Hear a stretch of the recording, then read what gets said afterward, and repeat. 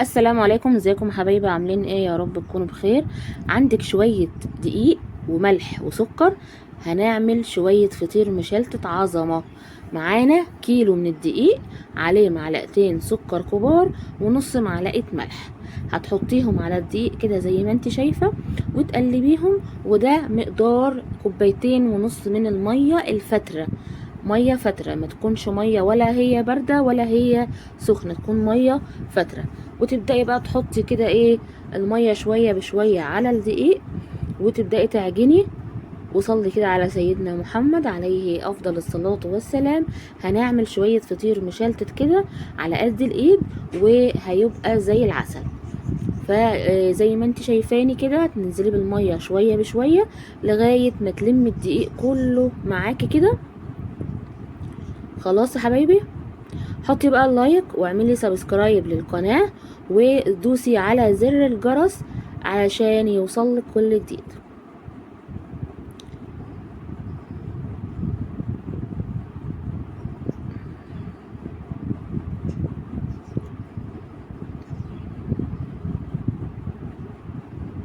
بصوا، طول ما ايديكي كده لسه ملزقة، ما تفضلي تعجني في العجينة لغاية ما الدقيق كله الملزق ده ايه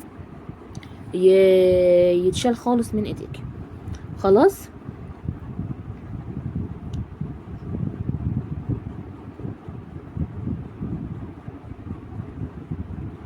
هنجيب بقى ايه شوية دقيق كده على الرخامة، ونحط العجينة كده بتاعتنا دي كده زي ما انتوا شايفين. ونبدأ بقى ايه، بصوا حلاوة الفطير انك لازم تعجني في العجينة كويس جدا. يعني ممكن تفضلي تعجني فيها ربع ساعة كده بايديكي علشان يطلع معاكي الفطير بتاعك يبقى مورق كده وجميل، والعجينة تبقى طرية كده. كل ما العجينة تبقى طرية وجميلة كده وبتاخد وبتدي معاكي كده وانت بتعجني فيها، يطلع معاكي الفطير ناجح بإذن الله. خلاص. زي ما قلت لك ربع ساعه. طبعا انت لو عندك عجانه يعني العجانه هتسهل معاكي كتير قوي. العجانه يعني مش هتتعبك في العجن قوي طبعا، زي ما بايه ما بتعملي بايديكي يعني. خلاص. صلوا على سيدنا محمد عليه افضل الصلاه والسلام. وبفكرك يا قمر منك ليها كده اللايك والسبسكرايب للقناه علشان يوصلك مني كل جديد. بصوا حبايبي، العجينه ما شاء الله بقى في ايديا جميله ازاي. لو حسيتي اللي هي يعني بتلزق قوي معاكي، حطي شويه دقيق كده برضو وايه، واعجني برضو فيها تاني.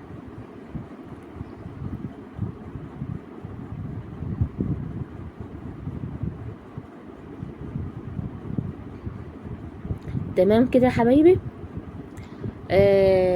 طبعا بعد ما ايه زي ما قلت لك ربع ساعه، بصوا ما شاء الله بتمط ازاي. بعد طبعا ما ربع ساعه طبعا قعدنا نعجن فيها، هنجيب بقى ايه، هنجيب زيت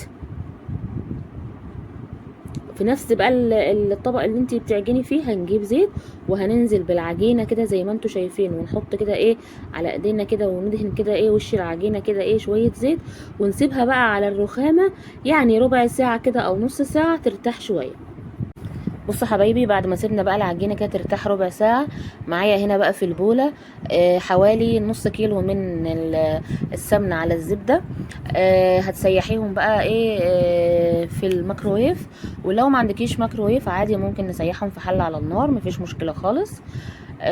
هنجيب بقى هنا ايه الصينيه بتاعتنا كده، ونحط بقى فيها شويه زيت وندهنها كده علشان هنعمل بقى كور العجينه. بص بقى العجينه حسب ما انت عايزه، يعني في ممكن تعمليها فطير صغير حجم صغير. ممكن تعملي مثلا من كيلو الدقيق دوت ممكن تعملي فطيرتين، ممكن تعملي 3 حسب الايه الحجم اللي انت عايزاه. فانا انا هعمل 3، هعمل فطيرتين، فطيره كبيره وفطيره وسط يعني. تمام.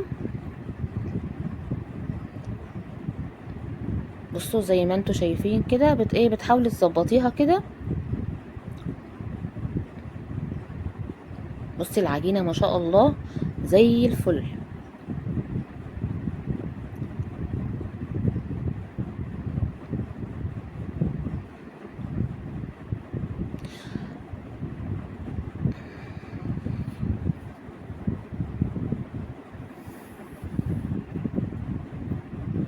على فكرة الفطير المشلتت سهل جدا والله، هو مش غلبة يعني. يعني اي بنوتة كده شطورة ولا ست بيت شاطرة بتعمله، ما بياخدش والله يعني غلبة، يعني عادي سهل يعني عمايله. وبعدين بتعملي يعني ما شاء الله يعني ممكن يعني تاكليه عشاء فطار. في ناس عادي بتتغدى بيه عادي، مع شوية بقى عسل ومشي بقى وطحينة وحاجات من دي. ماشي. انا بحاول ان انا ايه نظبط الكور بتاعه العجينة بتاعتنا، علشان ايه نبقى نظبطنها كلها ايه في مقدار واحد يعني، او حجم واحد. خلاص. بعد بقى ما عملنا الكور بتاعتنا دي، ما شاء الله عملت 5 كور حجم بعض. ماشي. هنسيبها كده ايه 10 دقايق بس كده ايه ترتاح برضو. بعد ما قسمناها ونخرج بقى ايه السمنه بتاعتنا الجميله السايحه دي، بص ما شاء الله، في الميكروويف ما يعني ما فيش 5 دقايق خلاص ايه ساحت. احط بس عليها شويه زيت كده. تمام. ونسيبها بس تهدى سيكه، بس ايه عشان هي سخنه، تهدى بس سيكه. ونبدأ بقى حبايبي ايه مع بعض كده نعجن بقى ايه نفرد قصدي الفطير بقى بتاعنا. بتتحطي بقى ايه على الرخامة كده، الرخامة زي الفل مغسولة وزي الفل ومتنشفة. بتبدأي بقى انك ايه تحطي كده السمنة، وبايديكي بقى تعكي ايديكي كده كل شوية من السمنة بتاعتك، وتفرديها زي ما انت شايفة كده. تفرديها بحركة دائرية كده، دوائر كده، عشان تتلف معاكي. صلوا على سيدنا محمد عليه افضل الصلاة والسلام. وما تنسيش تحطي لايك وتعملي سبسكرايب للقناة. اهي هنفضل بقى نفرد فيها كده، علشان نخليها سمكها يكون طبعا رقيق خالص. اهم حاجة الفرد ده اللي بيخلي معاكي الفطير كده مورق كده وزي الفل.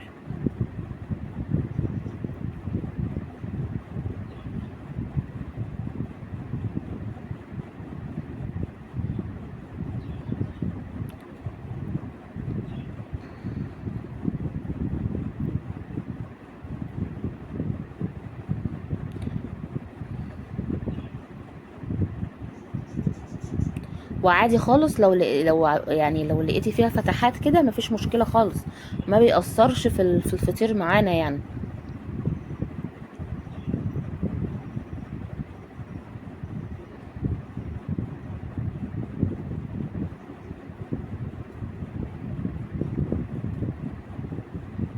تمام.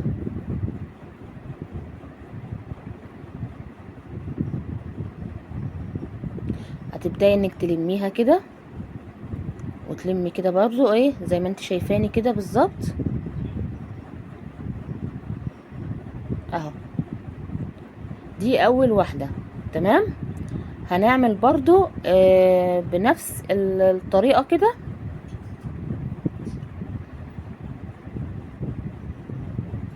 ماشي.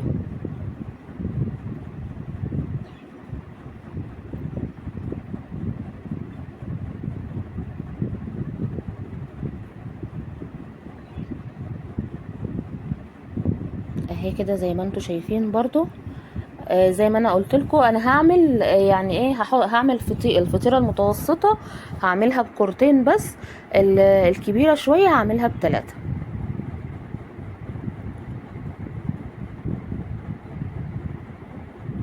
صلوا على سيدنا محمد عليه افضل الصلاة والسلام.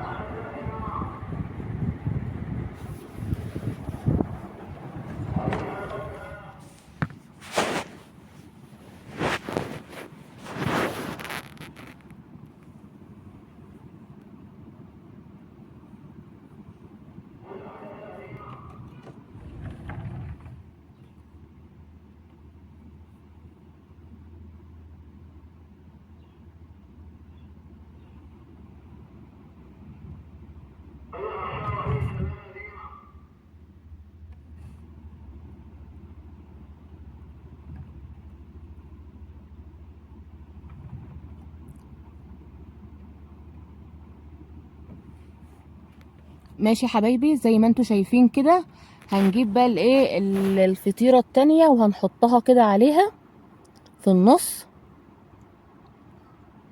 طبعا هنحط طبعا سمنه، ونبدا طبعا اللي احنا نقفل عليها كده. خلاص، هنجيب بقى عندنا صينيه كده وندهنها سمنه،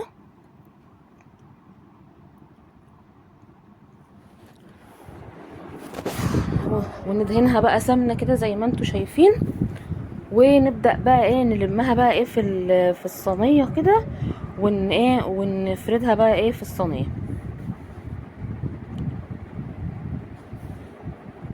تمام.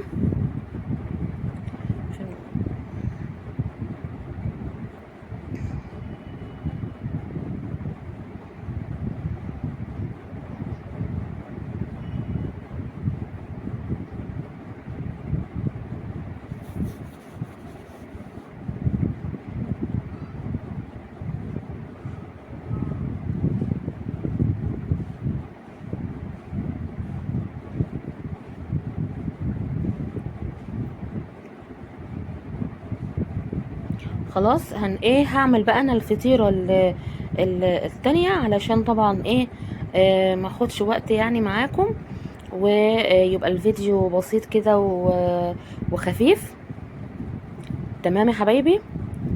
بصي، بعد ما بتفرديها كده بترشي سمنه بس كده على الوش. خلاص. وطبعا هوريكم طبعا شكل الفطيره برضو التانية بعد ما ظبطتها كده زي ما انتوا شفتوا معايا. ماشي. خليكم معايا ان شاء الله لنهايه الفيديو. بصوا حبايبي، الفطيره اهي التانية اهي، ظبطتها زي اللي انا عملتها معاكم، بس دي الكبيره شويه. ماشي. ظبطتها، وطبعا ولعت الفرن وهنخبزها على درجه حراره 160، وبعد كده بنفتح الشوايه. بصوا بقى حبايبي، الفطير ما شاء الله بعد ما حطيته في الفرن على درجه حراره 160، وطبعا لما بيستوي بتفتحي الشوايه بس ياخد اللون الذهبي العسل اللي انتوا شايفينه ده. ودي الفطيره برضو التانية اهي. ماشي. طبعا بيتاكل بقى بعسل اسود بمش حسب المتوفر عندك. تعالي بقى اما اوريكم كده بقى الفطير اصلا كان لسه سخن وطالع من الفرن. بصوا من السخونيه مش عارفه امسكه بايدي. بصي ما شاء الله، حاجه كده والله العظيم زي الفل. وعايزه اقول لكم الطعم والريحه حكايه. بصوا الجمال، بصوا الجمال، حاجه كده ما شاء الله. تعالوا بقى ندوق كده مع بعض بالعسل بقى. بصوا، يا لهوي يا لهوي يا لهوي على الطعم. جربوه، طريقه سهله بسيطه جدا جدا جدا، ما فيهاش اي افتكاسه. هتعملي فطير مشلتت كده، حاجه كده ما شاء الله عظمه. الفطيره دي انت بتشتريها الوقت من بره ب 35 جنيه او ب 30 جنيه. انت ما شاء الله بكيلو دقيق وشويه ملح وسكر عملنا الفطيرتين العسل اللي انتوا شايفينهم دول. يا رب كده يكون الفيديو خفيف وتكونوا اتعلمتوا كده حاجه بسيطه وسهله. ويكون كده دايما انا عند حسن ظنكم، وانتظروني بامر الله في فيديوهات كتير باذن الله ووصفات كتيره.